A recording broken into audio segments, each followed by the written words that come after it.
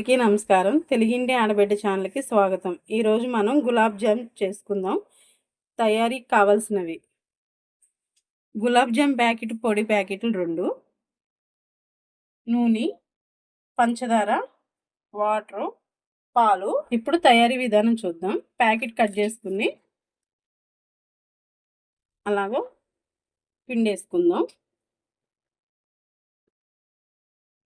Cut చేసుకుని పొడి వేసుకున్నాం కదా, ఇప్పుడు ఇలాగా కలుపుకుందాం. కలిపేసుకున్నాం కదా, ఇప్పుడు పాలు పోసుకుందాం. చూసారు కదా, అలాగా ఒకసారి కలుపుకుందాం.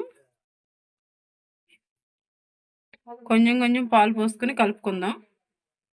చూసారు కదా, పిండి ఇలా కలిపేసుకుందాము. ఇలా కలిపేసుకున్న తర్వాత ఒక 10 నిమిషాలు మూత పెట్టుకుని ఉంచుకుందాము. స్టవ్ వెలిగించుకుని కళాయి పెట్టుకుందాం. ఇప్పుడు ఆయిల్ పోసేసుకుందాం. డీప్ ఫ్రైకి సరిపడ్డా ఆయిల్ పోసుకున్నాం కదా, కాసేపు ఇది వేడెక్కాలి కదా, ఒక 10 నిమిషాలు ఉంచుకుందాం. చూసారు కదా, ఒక 10 నిమిషాలు నానింది కదా, ఆయిల్ చేతికి రాసుకుని చిన్న చిన్న ఉండలుగా చేసుకుందాం.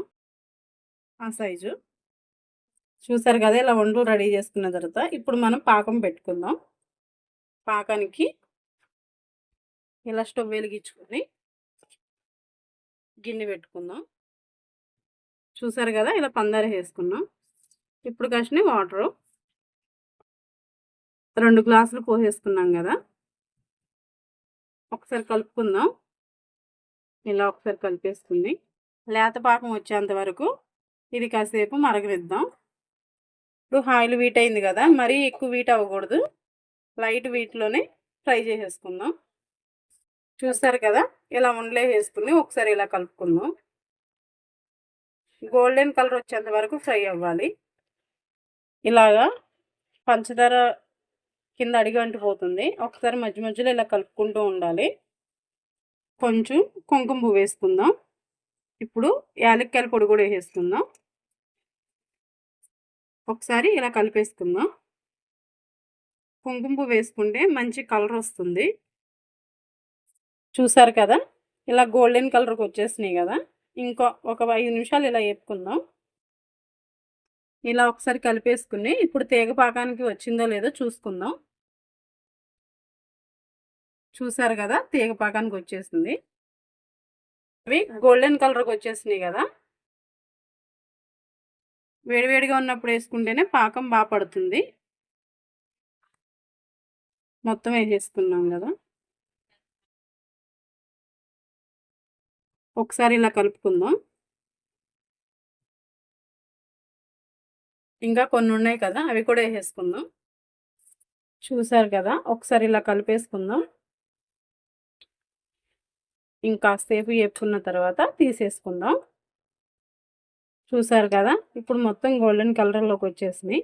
ఇప్పుడు మనం ఇవి తీసేసుకుని పాకంలో వేసేసుకుందాం. మొత్తం ఇలా తీసేసుకుందాం. ఇలాగ మొత్తం వేసేసుకుందాం. ఇప్పుడు స్టవ్ ఆఫ్ చేసేసుకుందాం. చూసారు కదా, గులాబ్ జామున్ మొత్తం ఇలా పాకంలో వేసుకున్నాం కదా, ఒక 10 నిమిషాలు ఇలా పక్కన పెట్టుకుంటే గులాబ్ జామ్ రెడీ అయిపోతుంది. చూసారు కదా, 10 నిమిషాలు అయిన తర్వాత పాకం బాగా పట్టేసింది. గులాబ్ జాము రెడీ అయిపోయింది మనకి. ఇప్పుడు గులాబ్ జాము ఇలా వేడివేడిగా సర్వ్ చేసుకుని తింటే చాలా టేస్టీగా ఉంటుంది, చాలా బాగుంటుంది. మీరు కూడా ఒకసారి ట్రై చేయండి. ఎలా ఉందో కామెంట్ చేయండి. వీడియో చివరి వరకు చూసినందుకు ధన్యవాదాలు. సబ్స్క్రైబ్ చేయండి, లైక్ చేయండి, షేర్ చేయండి.